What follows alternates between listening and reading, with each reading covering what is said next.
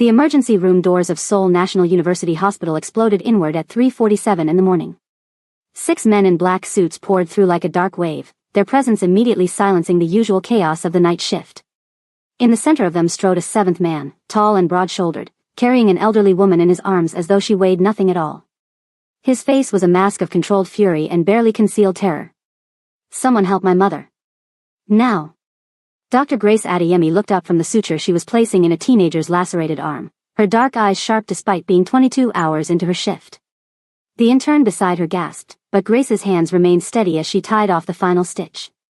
She'd seen enough drama in emergency rooms between Lagos and Seoul to know that panic helped no one. "Intern Lee, finish the dressing," she said quietly, already moving toward the commotion. Her white coat billowed behind her as she approached the group of men who looked like they'd walked straight out of a crime thriller. The one carrying the elderly woman had eyes like black ice, scanning the room as though memorizing every face, every exit. When those eyes landed on Grace, something flickered in their depths. "I'm Dr. Adeyemi. Let's get your mother on a gurney." Grace's voice was calm, authoritative, cutting through the tension like a surgical blade. She gestured to 2 nurses who wheeled a bed forward, though they kept a wary distance from the suited men.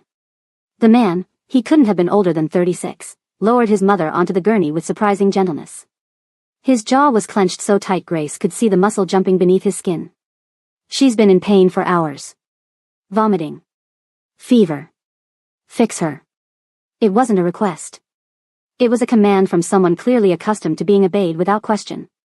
Grace met his gaze steadily, unflinching. In her 3 years of medical training in Seoul, she'd learned that respect was earned through competence, not intimidation. "Sir, I need you to step back so I can examine her properly." She turned to the elderly woman, whose face was twisted in agony, sweat beading on her wrinkled forehead. Grace's expression softened immediately. "Mrs. Kong," the man said, his voice rough. "Her name is Kong Masuk. Mrs. Kong, I'm going to take care of you. Can you tell me where it hurts?" Grace switched to Korean, her accent still carrying hints of her Nigerian heritage, but her fluency was flawless. She placed her hand gently on the woman's shoulder. Mrs. Kang's eyes fluttered open, clouded with pain. She tried to speak but could only moan, her hand clutching her right side.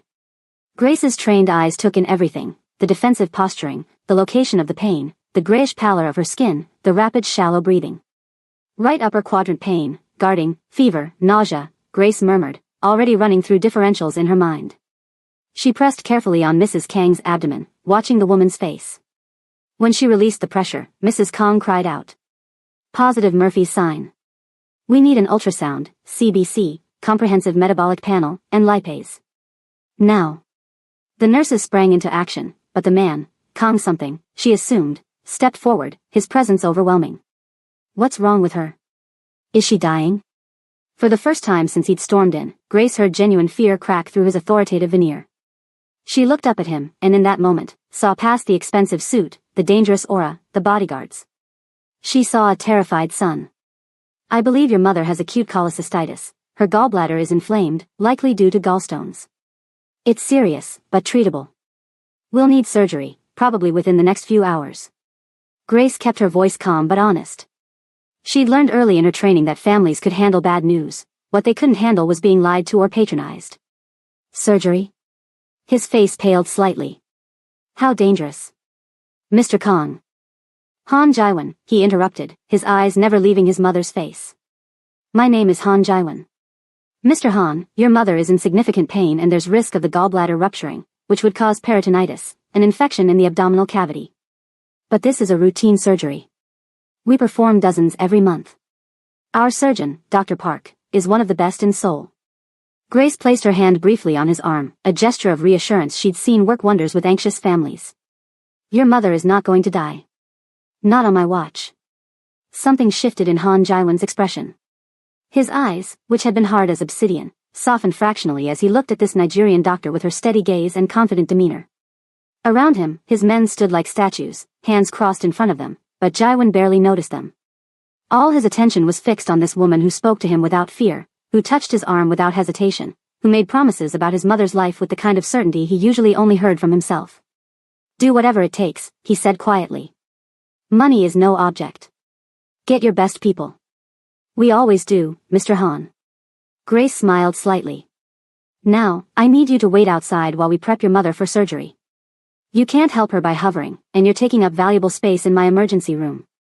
One of the bodyguards made a sound of protest, but Jaiwan raised his hand, silencing him immediately. His lips quirked in what might have been the ghost of a smile. You're very direct, Dr. Adeyemi. I find it saves time, she replied, already turning back to Mrs. Kong. Nurse Kim, let's get her to imaging, then prep for war. Have you ever met someone who changed your life in a single moment? Someone who saw past your walls and spoke directly to your soul?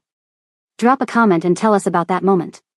And if you're invested in Jaiwan and Grace's story, hit that like button and subscribe because this is just the beginning. Jaiwan watched them will his mother away, his hands clenched into fists at his sides. The fluorescent lights of the hospital corridor cast harsh shadows across his face, making him look older, harder. His second-in-command, Park Miho, stepped closer. Boss, I ran a preliminary check.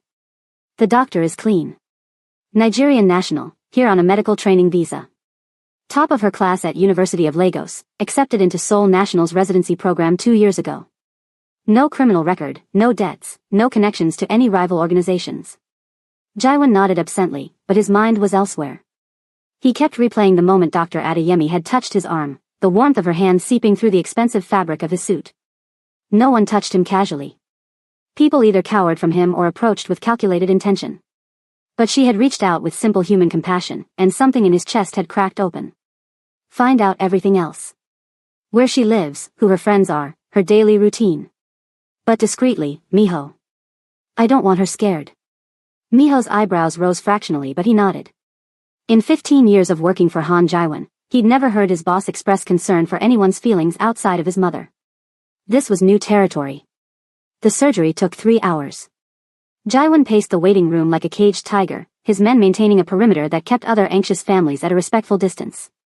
He'd built an empire from nothing, had stared down men twice his size, had made decisions that affected thousands of lives. But waiting while his mother's life hung in the balance was torture of a different kind. When Dr. Park finally emerged, still in his surgical scrubs, Jaiwan was across the room in 3 strides. Well? The surgery went perfectly. We removed the gallbladder laparoscopic, minimal invasion, quick recovery time. Your mother will be in recovery for a few hours, then we'll move her to a private room. She should be able to go home in 3 to 4 days. The relief that crashed through Jaiwan nearly buckled his knees. He braced one hand against the wall, breathing deeply. Thank you, Dr. Park. Thank you.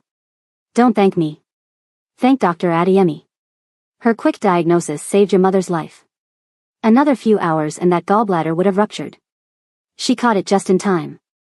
Dr. Park clapped Jaiwan on the shoulder and headed back toward the surgical wing.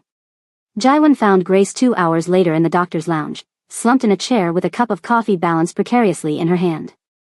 Her eyes were closed, her head tilted back against the wall. She looked exhausted, beautiful, and utterly human in a way that made his heart do something strange in his chest. Dr. Adeyemi? Her eyes snapped open, instantly alert despite her obvious fatigue. When she saw him, she straightened, setting down her coffee. Mr. Han. Your mother is doing well. She's in recovery now, sleeping peacefully. The surgery was a complete success. I know. Dr. Park told me. Jaiwan stepped into the room, and Grace noticed that his bodyguards remained outside, giving them privacy. He also told me that you saved her life. That your quick diagnosis made all the difference. Grace shrugged, uncomfortable with the praise. I was doing my job. No. Jaiwan's voice was firm. You were doing more than your job. You treated my mother with kindness.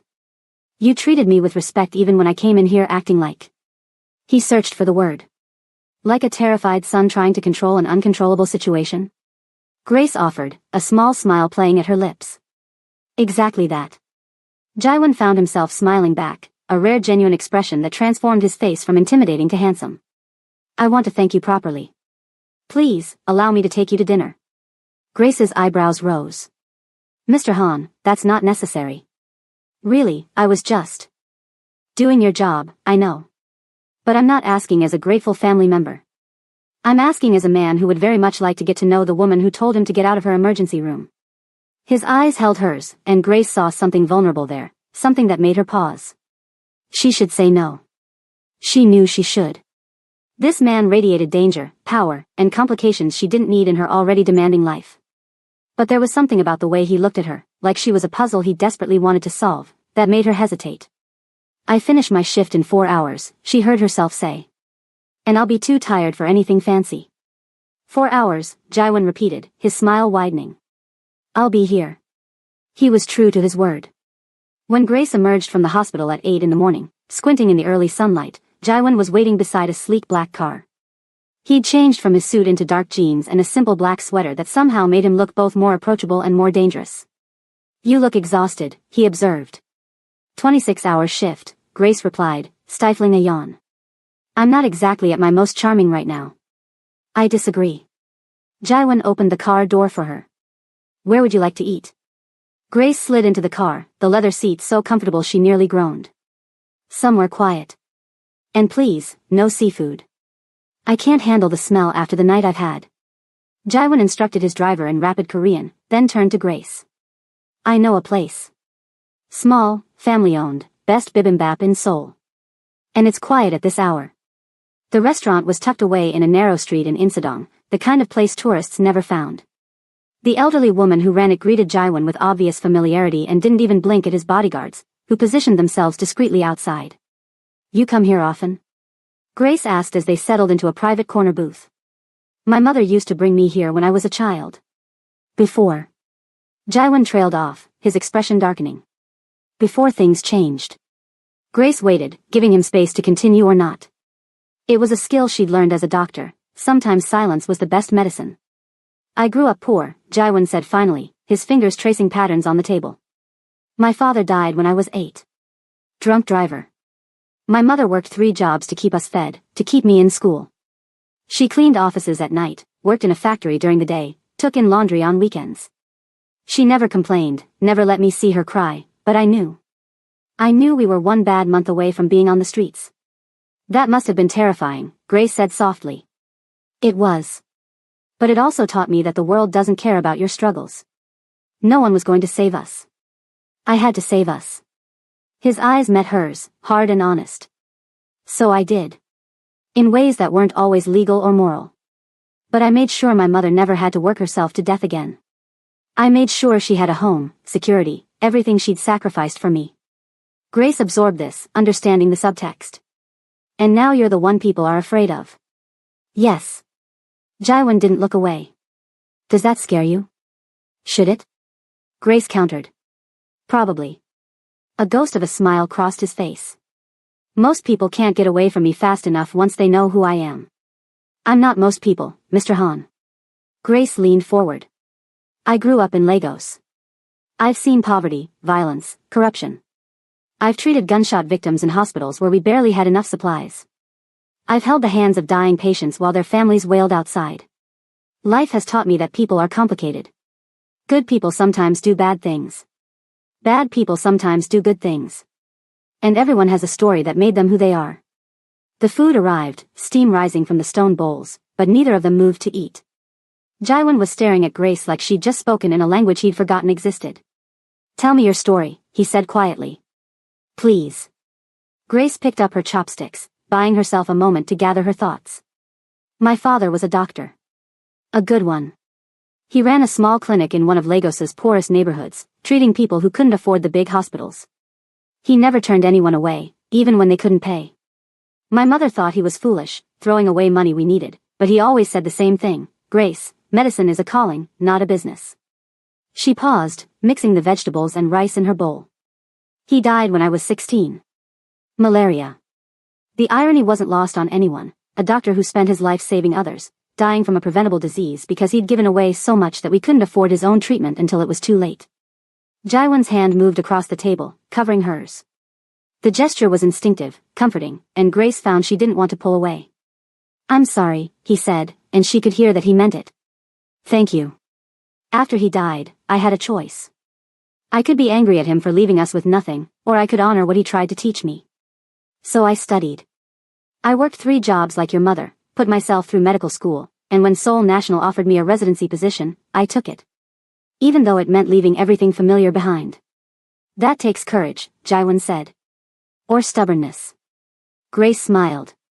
My mother still thinks I'm crazy. Grace, why Korea? Why not London or America? But I wanted to go somewhere that would challenge me, somewhere I could learn from a completely different medical system. Plus, the scholarship was generous. They ate in comfortable silence for a while, and Grace realized how rare this was, sitting with someone who didn't need to fill every moment with chatter, who understood that silence could be its own form of communication. "Can I ask you something?" Grace said finally. "And I want you to be honest with me." Jaiwan set down his chopsticks. "Always." "What exactly do you do?" "I mean, I'm not naive. Men don't travel with 6 bodyguards because they run legitimate businesses. But I need to know what I'm walking into here." The question hung between them. Jaiwan could lie, could deflect, could tell her it was better if she didn't know. But something about Grace's direct gaze, her unflinching honesty, demanded the same in return. "I run an organization," he said carefully. "We control territory in Seoul and Busan. Protection, mostly. Businesses pay us to ensure their safety, their smooth operation. We also have interests in nightclubs, real estate, some import-export operations." "Import-export of what?" "Some of it's legitimate. Some." He trailed off. "Some of it isn't. I won't lie to you, Grace. I've done things I'm not proud of. I've hurt people who threatened what's mine. I've made decisions that keep me awake at night. But I've also protected hundreds of families, given jobs to people no one else would hire, kept neighborhoods safe from worse predators than me." Grace processed this, her medical mind cataloging the information like symptoms of a complex diagnosis. "Have you ever killed anyone?" The bluntness of the question would have shocked most people, but Jaiwan appreciated it. "Yes. In self-defense, and in defense of my people. I'm not a murderer, Grace, but I'm not innocent either. And if I walk away right now? If I decide this is too much? Then I'll have my driver take you home, and you'll never see me again. Except when you're checking on my mother's recovery." Jaiwan's voice was steady, but his eyes betrayed his tension.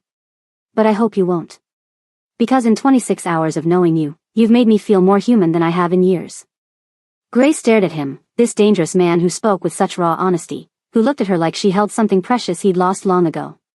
Every rational part of her brain screamed to walk away, to go back to her safe, predictable life of hospital shifts and medical journals. But there was another part, the part that had moved halfway across the world seeking challenge and meaning, that wanted to know what happened next. "I need ground rules," she said finally. "If we're going to do this, whatever this is, I need complete honesty. Always. I don't care if the truth is ugly or complicated. Lies are the one thing I can't forgive." "Agreed." Jaiwan's relief was palpable. "And I'm not giving up my career. I worked too hard to get here. My work comes first. I wouldn't ask you to. And if things get dangerous, if your world starts threatening mine, we end this. Cleanly. No drama, no games." Jaiwan hesitated at this one, but finally nodded. "If that's what you want. It's what I need." Grace picked up her chopsticks again. "Now, tell me about your mother. What was she like when you were growing up?" The shift in topic was deliberate, moving them from heavy negotiation to something more human. Jaiwan's face softened immediately. "She was everything. Strict when she needed to be, but always warm. She used to sing while she cooked, old folk songs from her village. And she had this way of looking at me, like she could see straight through any lie or excuse." "Sounds like my mother," Grace laughed. "She still calls me every Sunday to lecture me about not being married yet. Apparently, 32 is ancient by her standards." "You're 32. Jaiwan seemed surprised. "I would have guessed younger." "Good genes and expensive skincare," Grace said with a wink. "What about you?" "Let me guess, 35? 36. And apparently looking it, since you guessed right." They talked until the restaurant began filling with the lunch crowd. Grace learned about Jaiwan's love of old movies, his secret talent for cooking, his fear of heights that he'd never admitted to anyone. Jaiwan learned about Grace's terrible singing voice, her obsession with mystery novels, the homesickness that still hit her some mornings when she woke up in Seoul. When Jaiwan's phone buzzed with an update about his mother, Grace insisted on going back to the hospital to check on her personally. They found Mrs. Kang awake, weak but alert, her eyes brightening when she saw her son. "Iyama," Jaiwan said softly, taking her hand. "How are you feeling?" "Like someone removed an organ from my body," Mrs. Kang replied with dry humor. Her eyes shifted to Grace, standing respectfully back. "And who is this beautiful young woman?" "This is Dr. Adeyemi. She's the one who diagnosed you, who saved your life." Mrs. Kang's expression shifted to one of deep gratitude. "Come here, child." Let me see you properly. Grace approached, and Mrs. Kong reached out with her free hand, taking Grace's in a surprisingly strong grip. Thank you. Thank you for saving this old woman's life. You're very welcome, Mrs. Kong. But you're not old, just experienced. Grace checked the monitors, the 4-drip, the surgical dressing with practiced efficiency. Everything looks good. You're healing beautifully. In a few days, you'll be back home causing trouble for your son. Mrs. Kong laughed, then winced. Don't make me laugh, doctor. It hurts. But her eyes were twinkling as they moved between Grace and Jaiwan. My son seems quite taken with you. Iyama. Jaiwan's ears reddened. What? I'm old and nearly died. I can say what I want. Mrs. Kong squeezed Grace's hand. You're different from the other girls he brings around. You have kind eyes but a strong spirit. I like that. Before you hit that next button, pause for a second. Have you ever had to choose between playing it safe and taking a risk on something that could change everything? What would you do if you were Grace? Drop your thoughts in the comments below. And if you're hooked on this story, smash that like button and subscribe because Jaiwan and Grace's journey is about to get a lot more complicated. Trust me, you don't want to miss what happens next. Grace felt her cheeks warm. Thank you, Mrs. Kong. That means a lot. As they left the room, Jaiwan's phone buzzed again. He glanced at it, and Grace saw his expression shift, the softness replaced by something harder, more alert. Problem? She asked quietly. Work. Nothing urgent, but I need to handle it. He looked at her apologetically. Can I call you later? I'll be sleeping for the next 12 hours, Grace said. But yes, call me. 3 weeks passed in a blur of stolen moments and late-night conversations. Jaiwan would appear at the hospital with food when Grace worked overnight shifts, always respectful of her work, never demanding more time than she could give. They took walks along the Han River when her schedule allowed, talking about everything and nothing. He introduced her to hidden corners of Seoul she'd never discovered in her 2 years living there, tiny bookshops in Bucheon, late-night pojangmaka where the soju flowed freely, quiet temples where the city noise faded to nothing. Grace found herself falling, and it terrified her. She'd had relationships before, but nothing like this. Nothing that made her heart race when her phone buzzed, nothing that made her smile at random moments during surgery prep, nothing that felt both dangerous and safe at the same time. Her best friend, Joy, a fellow Nigerian doctor at the hospital, noticed immediately. You're glowing, Joy said one evening as they changed out of their scrubs. And you've been checking your phone every 5 minutes for the past week. So who is he? It's complicated, Grace hedged. It's always complicated. But you look happy, so he must be doing something right. Joy pulled her hair into a ponytail. Just be careful, okay? Seoul can be tough for women like us. Don't let some man make you forget your worth. I won't, Grace promised. But as she walked out to find Jaiwan waiting by his car, she wondered if she was already in too deep to back out safely. That night, he took her to his penthouse for the first time. It was sleek, modern, with floor-to-ceiling windows overlooking the Seoul skyline. But what caught Grace's attention were the small details, the photographs of Mrs. Kong on the mantel, the well-worn books on the shelves, the piano in the corner. You play? She asked, touching the keys lightly. My mother insisted I learn when I was young. Said it would give me discipline. Jaiwan came to stand beside her. I haven't played in years. Play something for me. He hesitated, then sat down. His fingers moved over the keys, picking out a melody that was both melancholy and beautiful. Grace watched his face, saw the way music transformed him into someone younger, less burdened. When he finished, she applauded softly. That was beautiful. What was it? Something my mother used to sing. I adapted it. He stood, pulling Grace close. Dance with me. There's no music, she protested, even as she moved into his arms. We don't need music. And they swayed in the silence of his penthouse, the city lights twinkling below them like fallen stars. It was perfect. Too perfect. Grace felt the fear creeping in, the voice that whispered this couldn't last, that happiness like this always had a price. What are you thinking? Jaiwan murmured against her hair. That I'm terrified, she admitted. This feels too good. Too right. And in my experience, that's when everything falls apart. Jaiwan pulled back to look at her. Grace, I can't promise you that my world won't touch yours eventually. I can't promise there won't be complications or danger. But I can promise that I will always be honest with you, and I will do everything in my power to keep you safe. I don't need you to keep me safe, Grace said firmly. I need you to respect me enough to let me make my own choices, even if they're dangerous. Even if those choices involve me. Especially if they involve you. She cupped his face in her hands. I'm not some fragile thing, Jaiwan. I've survived Lagos, medical school, racism in a foreign country, and 26-hour shifts. I can handle whatever your world throws at me. But only if you trust me enough to be part of it, not hide me away from it. Something shifted in Jaiwan's expression, respect, admiration, maybe even love, though neither of them had said the word yet. You're remarkable, Dr. Adeyemi. I know, she said with a small smile. Now kiss me before I change my mind about all this. He did, and it felt like falling and flying at the same time. The next morning, Grace woke to find Jaiwan already dressed, speaking rapidly in Korean on his phone. His voice had the edge she recognized from their first meeting, command, authority, danger. When he saw she was awake, he softened immediately. I'm sorry. I didn't mean to wake you. It's fine. Work? She sat up, pulling the sheet around herself. Yes.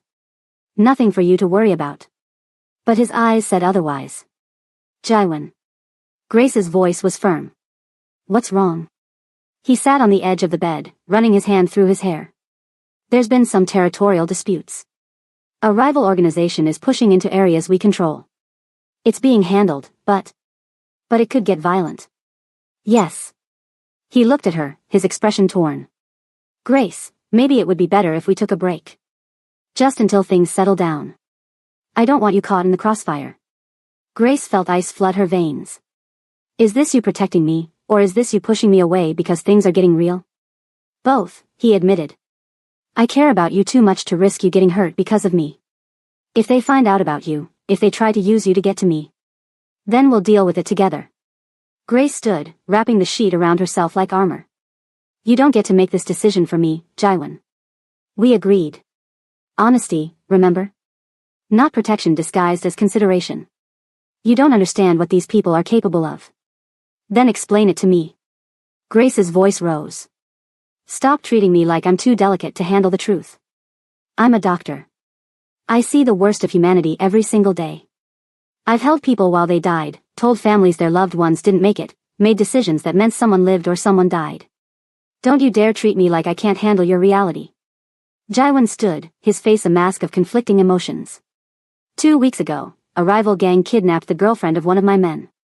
They tortured her for 3 days before we found her. She survived, but she'll never be the same.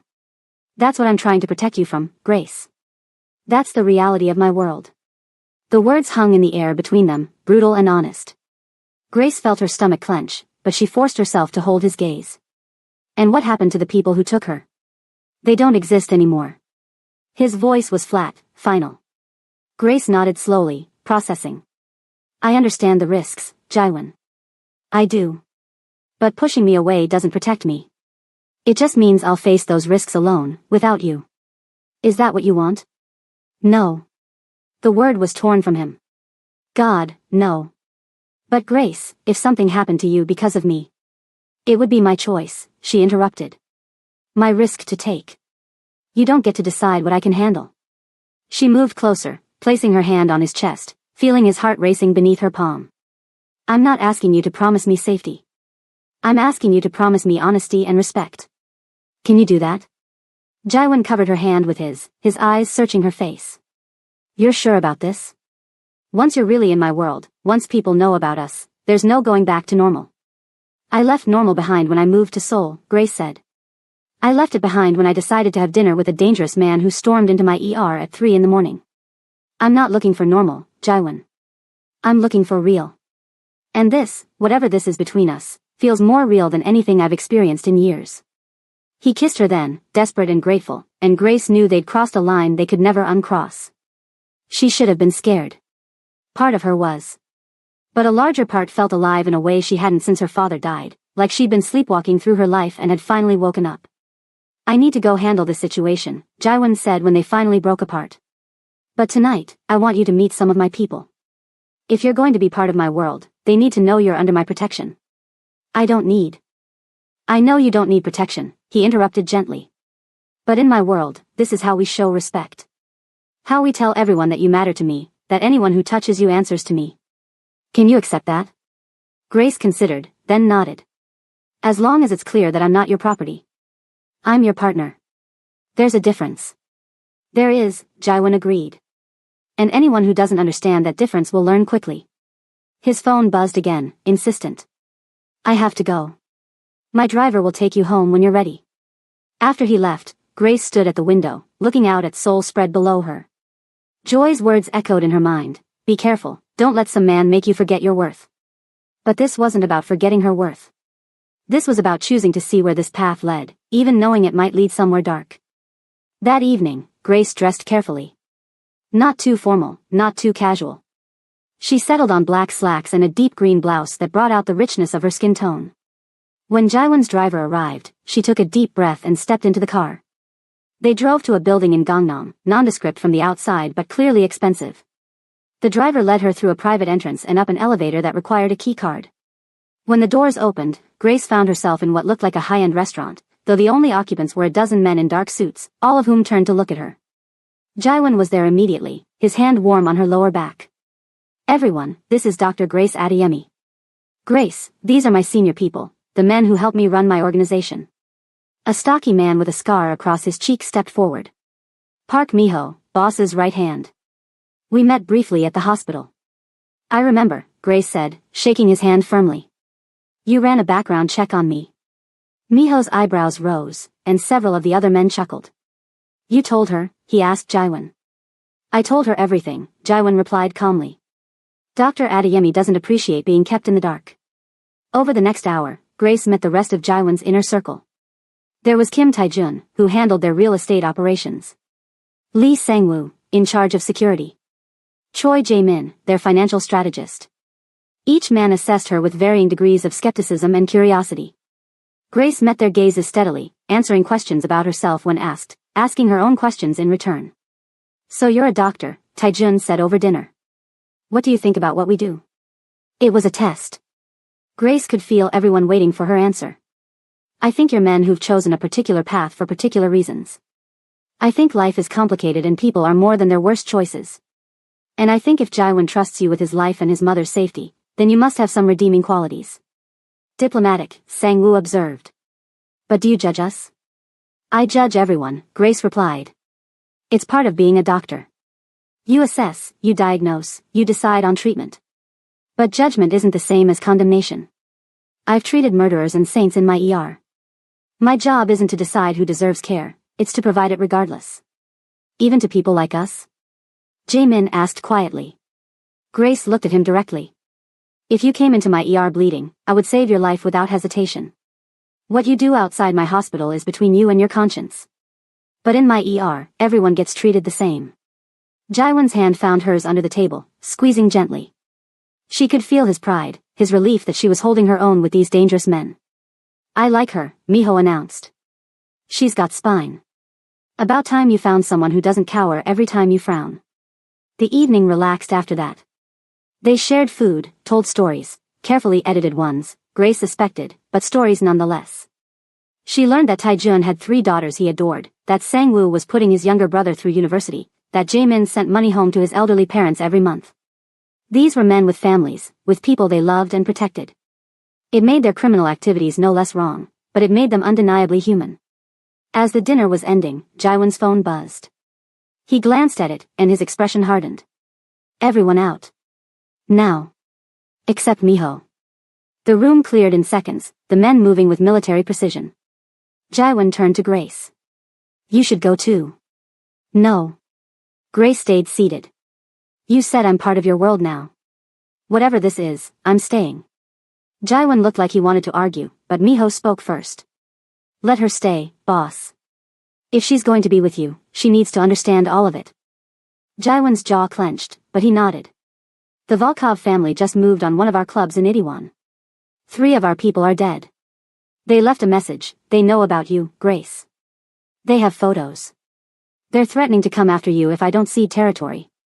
The words hit Grace like a physical blow. 3 people dead. Because of territorial disputes over clubs and neighborhoods. And now she was a target, a weapon to be used against the man she was falling in love with. What do we do? She asked, her voice steadier than she felt. We? Jaiwan's voice was sharp. There is no we in this, Grace. You leave. Tonight. I'll arrange a flight back to Nigeria, or to anywhere else you want to go. I'll make sure you're protected, that they can never find you. Absolutely not. Grace stood, anger flashing in her eyes. I'm not running. I'm not hiding. And I'm certainly not leaving you to deal with this alone. This isn't up for debate. You're right, it's not. Grace's voice cut through his. Because I'm not your employee or your possession. I'm your partner, and I get a say in decisions that affect my life. Or did that conversation this morning mean nothing to you? Miho shifted uncomfortably. Boss, maybe we should discuss strategy. The strategy is she leaves, Jaiwan said flatly. I won't negotiate her safety. Then you're making the same mistake you accuse your enemies of, Grace said quietly. You're treating me like an object, a thing to be protected or threatened, instead of a person capable of making my own choices. Grace, you don't understand. I understand that 3 people are dead. I understand that there are dangerous men who want to hurt me to get to you. I understand all of it, Jaiwan. But I also understand that if you push me away now, if you make this decision for me instead of with me, you'll lose me anyway. Is that what you want? The silence stretched between them, thick with tension and fear and something deeper than both. Jaiwan's hands were clenched into fists, his whole body radiating the need to act, to control, to protect. But Grace could see the war in his eyes, the man he'd been trained to be versus the man he was trying to become. What if they hurt you? His voice broke on the words. What if I can't protect you and something happens? How am I supposed to live with that? Grace moved around the table, taking his face in her hands. And how am I supposed to live knowing I ran when things got hard? Knowing I left you to face this alone? That's not who I am, Jaiwan. My father taught me that you don't abandon people when they need you most. You stand with them. You fight with them. Even when it's dangerous. Especially when it's dangerous. Your father got himself killed because of that philosophy, Jaiwan said harshly, then immediately looked stricken. Grace, I'm sorry. No, you're right. Grace's voice was steady despite the tears in her eyes. He did. He sacrificed everything for his principles, and it killed him. But you know what? He died knowing he'd lived according to his values. He died with his integrity intact.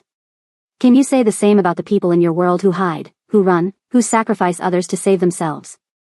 Jaiwan pulled her close, his arms wrapping around her like he could shield her from the world through sheer will. I can't lose you. I won't survive it. Then don't push me away. Grace held him just as tightly. Let me stand with you. Let me be strong enough to face this. Trust me the way I'm trusting you. Miho cleared his throat. For what it's worth, boss, I think she's right. The Volkovs are expecting you to send her away. They're counting on it. But if she stays, if we protect her here where we control the territory, it sends a message that we don't bow to threats. It might even make them think twice. Or it paints an even bigger target on her back, Jaiwan said, but his voice lacked conviction. I'm already a target, Grace pointed out. Whether I'm here or in Nigeria or on the moon. They know about me now. But at least here, I'm with you. At least here, we face it together. Jaiwan was quiet for a long moment, his mind clearly working through scenarios, probabilities, strategies. Finally, he looked at Miho. Double security on the hospital. I want eyes on her 24/7, but discreet. And get me everything on the Volkov operation. I want to know how they found out about Grace and who their informant is. Already on it, boss. Jaiwan turned back to Grace. If you stay, you follow security protocols. No arguments, no exceptions. You don't go anywhere alone.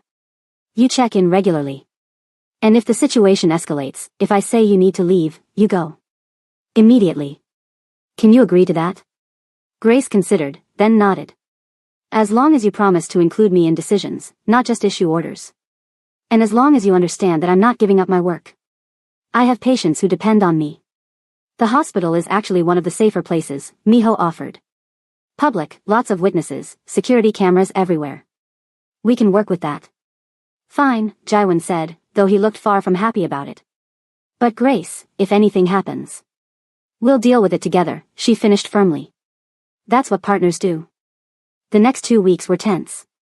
Grace noticed the subtle changes, the men in casual clothes who always seemed to be in the hospital cafeteria when she took breaks, the black car that followed at a discreet distance when she took taxis, the way Jaiwan's calls became more frequent, checking in without being obvious about it. She hated the loss of freedom, but she'd made her choice and she'd live with the consequences. Mrs. Kong had been discharged and was recovering well at home. Grace visited her twice, bringing groceries and checking her surgical site. The elderly woman had taken to Grace immediately, teaching her Korean recipes and sharing stories about Jaewon's childhood that made him blush and protest.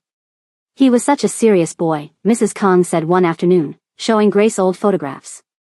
Always worried about money, about keeping me safe. I told him children should laugh and play, but he insisted on working, even when he was only 10 years old. Delivering newspapers, helping at the market, anything to bring in extra one. Grace studied the photos, a young Jaewon with 2 serious eyes and worn clothes, always standing protectively near his mother. He loves you very much. And I love him, despite the path he's chosen. Mrs. Kang's eyes were sad. I know what he does, Dr. Grace. I'm not blind or foolish. I've told him 1,000 times to find honest work, to leave that dangerous life behind. But he says he's in too deep now, that the only way out is in a coffin. Do you believe that? Grace asked softly. I don't know. But I know my son. He's loyal to his people, and they depend on him. He can't just walk away from that. Mrs. Kong took Grace's hand. But maybe he can change.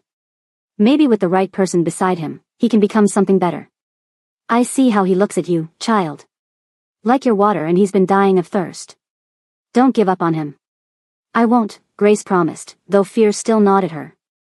The threats from the Volkov family hadn't materialized into action yet, but the waiting was its own kind of torture. It happened on a Thursday night. Grace was finishing a shift, walking through the hospital parking garage toward the car Jaewon had assigned her, when 3 men stepped out from between vehicles. They weren't the security team. She knew that immediately from the way they moved, predatory and purposeful. Dr. Adeyemi, the lead man, said in accented Korean. You're coming with us.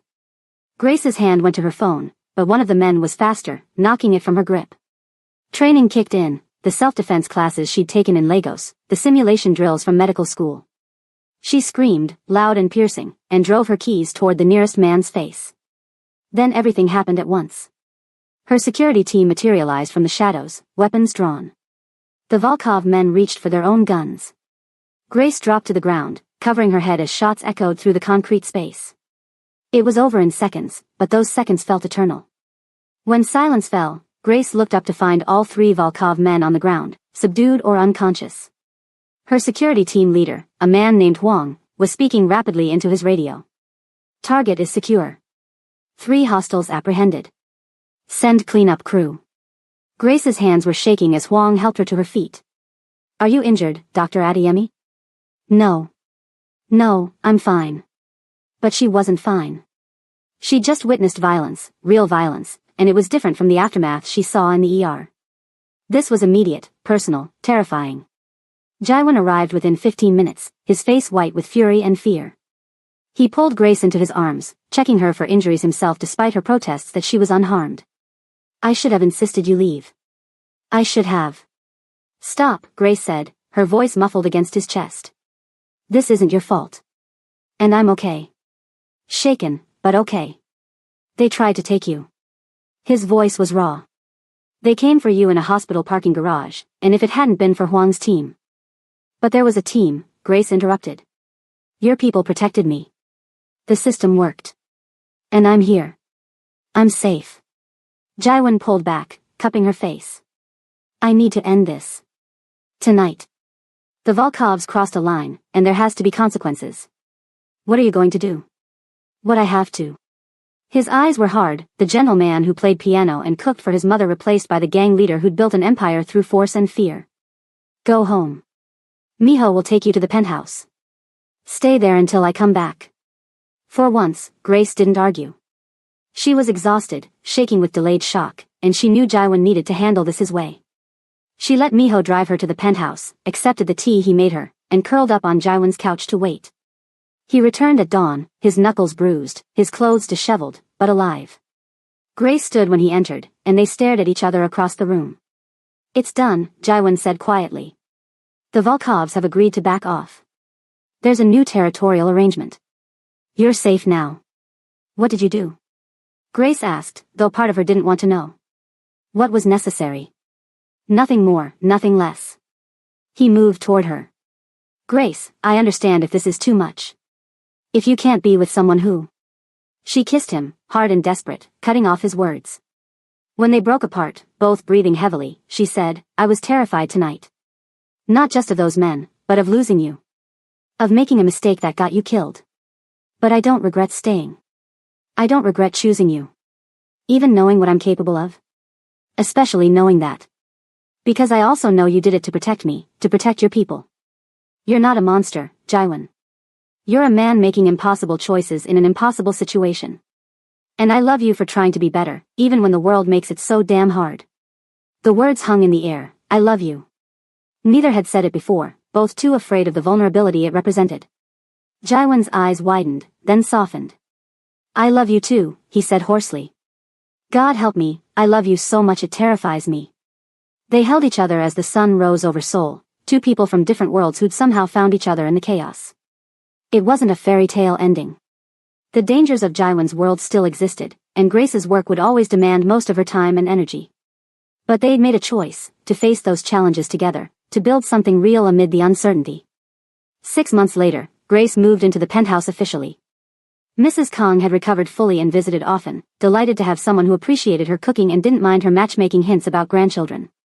Jaiwan had started transitioning some of his operations toward legitimate businesses, a slow process that would take years but represented real change. Grace continued her residency, now with better security and the respect of Jaiwan's organization, who'd learned that she was brilliant, fierce, and absolutely not to be underestimated. They fought sometimes, about his overprotectiveness, about her workaholic tendencies, about how to navigate the complicated space between their two worlds. But they always came back to the same truth, they chose each other, every single day, and that choice was worth fighting for.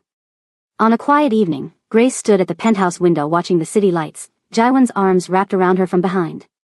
Do you ever regret it? He asked softly. That night in the ER? Meeting me? Grace thought about everything that had happened, the fear, the danger, the impossible choices. But she also thought about the love, the growth, the way Jaiwan made her feel alive in ways she'd forgotten were possible. She thought about Mrs. Kang's laughter, about the strange family she'd found in Jaiwan's organization, about the man who played piano for her when she couldn't sleep. Not for a single second, she said, turning in his arms to kiss him. You're the best terrible decision I ever made. Jaiwan laughed, the sound warm and genuine. I'll take that as a compliment. You should. Coming from me, it really is. And as Seoul sparkled below them, two souls who'd found each other against all odds held tight to the love they'd fought so hard to protect, knowing that whatever came next, they'd face it together. So what did you think? Could you fall in love with someone from a completely different world? Someone dangerous, complicated, but undeniably real? Grace took the biggest risk of her life, and it changed everything. If this story moved you, if it made you believe in love against impossible odds, show some love back, hit that like button, drop a comment telling us what you thought, and subscribe because we've got more incredible stories coming your way. What would you have done in Grace's position? Let us know below.